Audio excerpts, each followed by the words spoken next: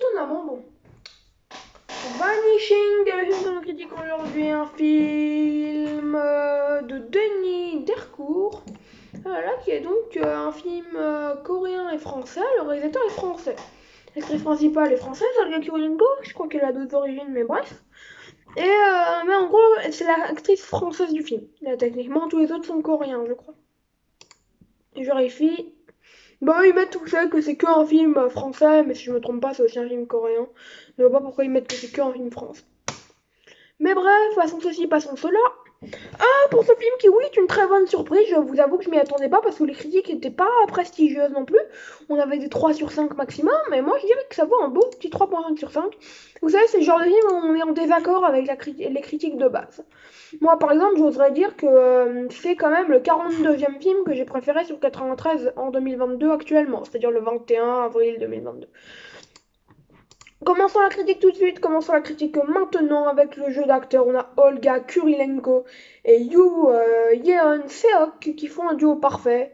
Ye Ji-won aussi, qui suit sans aucun mal, même avec une grande force. Hein.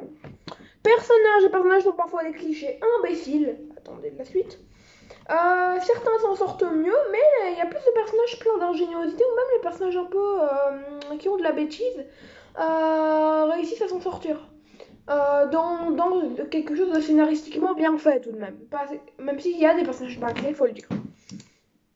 Au niveau de l'histoire, ah oui, les personnages sont attachants. Au niveau de l'histoire, on entre assez vite dans l'histoire, on y croit. En fait, je sais pas ce qui m'a fait apprécier ce film plus que d'autres, mais je sais pas, je trouve qu'il a un truc. Il a le truc, ce film. Il a le truc qui fait que, bah, je sais pas, il est pas parfait. Franchement, il est pas parfait. Je pense même qu'un 3,25 sur 5 aurait suffi. Mais je pense que 3,5 c'est très suffisant. Parce qu'il est très bien, il est très bien.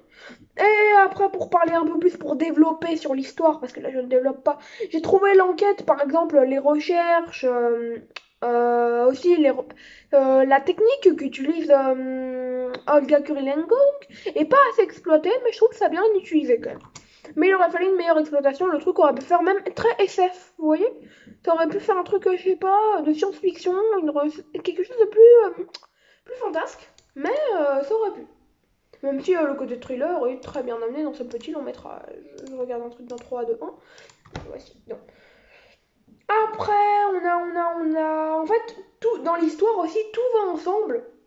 Parce qu'en fait, il n'y a pas de dysfonctionnement. C'est un peu comme un puzzle. C'est pas un mystère. Il n'y a pas quelque chose de mystérieux, mais c'est un puzzle. En gros, tout ça semble parfaitement, quoi. Parfois, on n'arrive juste peut-être pas à coller. Parfois, ça colle pas au premier abord. Mais au fond, le puzzle est parfait. Scénario, les dialogues suivent un schéma scénaristique, tout ce qui est le plus simple. Mais ensuite, ça plonge le spectateur dans une enquête très bien écrite, toujours dans cette simplicité qui fera la signature du film. Voilà. Anxiété, gore, d'être scène mystérieuse, un mystère, quelque chose qui tient le spectateur. Finalement, non, Vanishing est étonnamment bon. Lorsque les taux se resserrent, en plus, c'est assez. T'es pris quand les taux se resserrent, t'es vraiment. Enfin, c'est quoi déjà le mot? Patraque. J'allais dire foutraque, mais le mot c'est patraque. Au niveau des effets spéciaux, on est sur des effets spéciaux très très bons, voilà voilà. Et la fin est plus posée, même si voilà, il y a un peu d'action à l'avant-fin. Voilà, c'est pas ça, vous savez, j'aime pas trop l'action dans le film, je suis plus posée, plus lent, moi. Mais en vrai, ça peut aller quand il y a de l'action, que voulez-vous. Donc voilà, mais sinon ça finit sur une douce note, voilà, une belle douce note, très simple, mais très bonne. Ma note sur 20, là j'avais dit sur 5, sur 20, pas 14, mais 13,5 je pense sur 20 sera très efficace, 13,5 sur 20. Donc vous l'aurez compris, Vanishing de Denis Dercourt, on est sur un film étonnamment bon, je vous dis n'écoutez pas les critiques à 3 étoiles sur 5, je pense qu'il faut quand même les écouter, mais tentez votre chance et je pense que vous pouvez être étonnamment surpris par ce film plein de simplicité, plein de bonté, mais plein aussi de trucs en fait, je sais pas comment vous expliquer, mais il a le truc ce film, il a cette enquête, il a ce côté thriller qui tient ce mystère quand même, assez simpliste encore une fois, mais qui tient je trouve. À propos des prochains films que je vais voir soit bien Silent Night ce soir, voilà, soit bien je me le fais ce soir, et peut-être que je le finirai demain matin. Ça se trouve, je le finis dans la nuit. Et sinon, qu'est-ce qu'il y a d'autre que je vais voir? Bah, j'ai rien d'autre de prévu. Je devais revoir Lembo aujourd'hui, mais vous savez, mon film préféré de l'année dernière.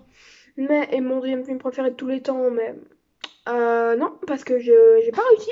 Voilà, j'ai voulu le regarder, mais j'ai pas réussi. De base, ça devait être mon film du soir, mais voilà. La vie en a décidé autrement. Ciao, c'est Mortomega. Prenez soin de vous et on se retrouve pour parler de long métrage, je l'espère, la prochaine fois.